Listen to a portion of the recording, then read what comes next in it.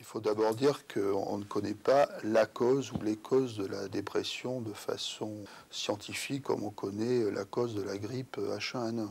En réalité, on considère qu'il y a tout un faisceau de causes, probablement une fragilité biologique sur laquelle jouent des causes sociales, des causes psychologiques.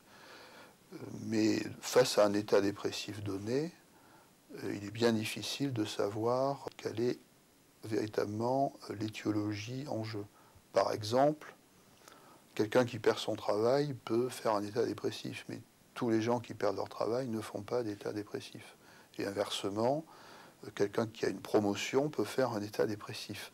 Donc il y a beaucoup d'éléments personnels qui jouent et le terrain biologique qui est très mal connu.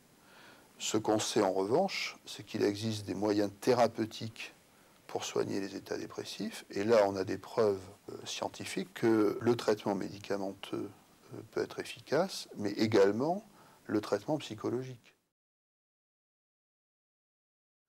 Il faut apporter des nuances. Dans les formes les plus graves, seuls les traitements biologiques, électrochocs, médicaments sont efficaces. Dans les formes d'intensité moyenne ou d'intensité légère, la psychothérapie peut apporter des résultats statistiquement, et quand on fait des moyennes, assez proches des résultats qu'offrent les thérapeutiques médicamenteuses. Mais la difficulté est que lorsqu'on fait des statistiques, on prend des groupes de patients, on fait des moyennes, alors qu'en réalité, lorsque nous traitons un patient déprimé, on est face à un individu donné. On a une approche pragmatique.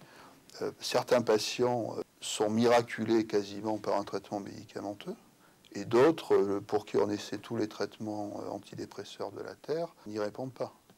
Donc tous les cas peuvent se voir.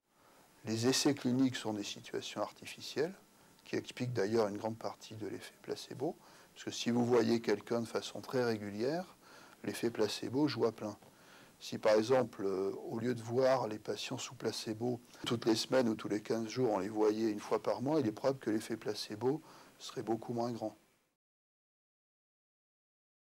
Il y a toute une cuisine méthodologique des essais cliniques qui rendent les résultats obtenus impossibles à extrapoler dans la vie réelle. Deuxièmement, les méta-analyses, qui consistent à additionner les données obtenues par divers essais cliniques, là aussi sont contestables puisqu'on additionne des carottes et des poireaux. Ce n'est pas la même méthodologie, ce ne sont pas les mêmes expérimentateurs, ce ne sont pas les mêmes produits, etc., etc., etc. Alors on peut faire dire aux statistiques ce qu'on veut, on peut faire croire que finalement les antidépresseurs sont quasiment des placebos. En réalité, c'est faux. Il faut totalement nuancer ces résultats. On ne peut pas délivrer un message aussi général par rapport aux antidépresseurs. Il y a une donnée de base, c'est que de toute façon, les études montrent qu'ils sont efficaces. C'est-à-dire que même le travail de Kirsch montre qu'ils sont plus efficaces que le placebo. Sauf que lui dit, à juste titre, que la différence entre le placebo et l'antidépresseur est finalement mince. Mais il y a une différence. Ça, c'est un premier point. Certains journaux, lorsque l'étude de Kirsch est parue, je crois l'année dernière, ont titré « Les antidépresseurs sont des placebos ». Non, ça dit exactement le contraire. C'est-à-dire que ce ne sont pas des placebos puisqu'ils sont supérieurs aux placebos. Deuxième chose, l'effet de l'antidépresseur par rapport au placebo est beaucoup plus marqué, la différence est beaucoup plus significative dans les formes graves de dépression. Dans les essais cliniques, on inclut des formes graves, mais aussi beaucoup de formes moyennes, de formes modérées. Très souvent, d'ailleurs, on ne tient pas suffisamment compte ce qu'on appelle les comorbidités, c'est-à-dire on peut être déprimé, mais on peut aussi avoir des phobies, d'autres troubles mentaux, tout ça n'est pas pris en compte. Bref, une fois de plus, on fait des études qui simplifient considérablement le réel. C'est-à-dire qu'on prend une échelle et on résume le patient à un chiffre sur une échelle. Les échelles en elles-mêmes sont d'ailleurs critiquables. On appauvrit la symptomatologie, la clinique qui, elle, est très riche et très subtile et très complexe, pour pouvoir mener ces études d'efficacité. Mais quoi qu'il en soit, et nous, et les patients, les témoignages d'ailleurs qui sont cités dans cet article, le confirment. Certains patients me disent, bon, ben moi j'ai pris ce traitement, ça m'a complètement guéri. Et ce n'est pas un placebo, parce que l'effet placebo, c'est autre chose. On sait qu'il s'épuise avec le temps, enfin ça n'a pas du tout la même allure évolutive. Il va de soi aussi que certains patients prennent un traitement antidépresseur, vont un petit peu mieux au début parce que c'est peut-être un effet placebo, et après ne vont pas mieux. C'est-à-dire ce n'est pas la réponse unique à apporter.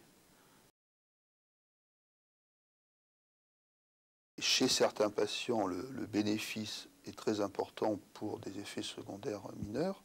Chez d'autres, c'est l'inverse. Le bénéfice thérapeutique est très faible, les effets secondaires importants, mais dans la pratique réelle, on ne fait pas comme dans un essai thérapeutique. C'est-à-dire que si le traitement n'est pas efficace, on le change, on l'augmente. On a diverses stratégies thérapeutiques très compliquées. On peut associer les antidépresseurs entre eux. On peut associer une psychothérapie à un traitement antidépresseur et ainsi de suite. Autant de pratiques qui ne sont pas évaluées dans ces essais thérapeutiques qui simplifient considérablement. C'est-à-dire, c'est le placebo ou l'antidépresseur, où on compare deux antidépresseurs entre eux. Et c'est tout. Dans la pratique clinique, ça ne se passe pas du tout comme ça. Donc il y a des patients qui en tirent un grand bénéfice, il y en a d'autres qui n'en tirent aucun bénéfice. Évidemment, si vous faites la moyenne, vous arrivez à des résultats beaucoup plus mitigés.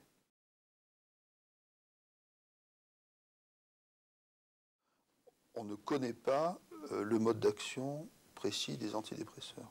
Il y a des hypothèses. On connaît l'affinité de ces molécules pour tel ou tel type de récepteur. On sait l'effet aigu qu'ont ces médicaments. Mais l'effet antidépresseur ne se développe qu'au bout de 15 jours ou 3 semaines. Ce qui veut dire qu'il y a une série de processus biologiques qu'on ne connaît pas, qui sous-tendent l'effet antidépresseur proprement dit. Et les scientifiques ne prétendent pas connaître le mécanisme d'action des antidépresseurs. Il y a des recherches, il y a des progrès, mais on est face à une grande ignorance, il faut l'avouer. Inversement, il y a des messages marketing, des messages simplifiés à l'intention des médecins, à l'intention de la population, en disant la dépression, c'est la sérotonine. Non, c'est un message abusif, mais les psychiatres qui prescrivent des antidépresseurs ne prétendent pas qu'ils les prescrivent parce que la dépression sera un manque de sérotonine. On les prescrit parce qu'on sait que dans un certain nombre de cas, ils peuvent être efficaces.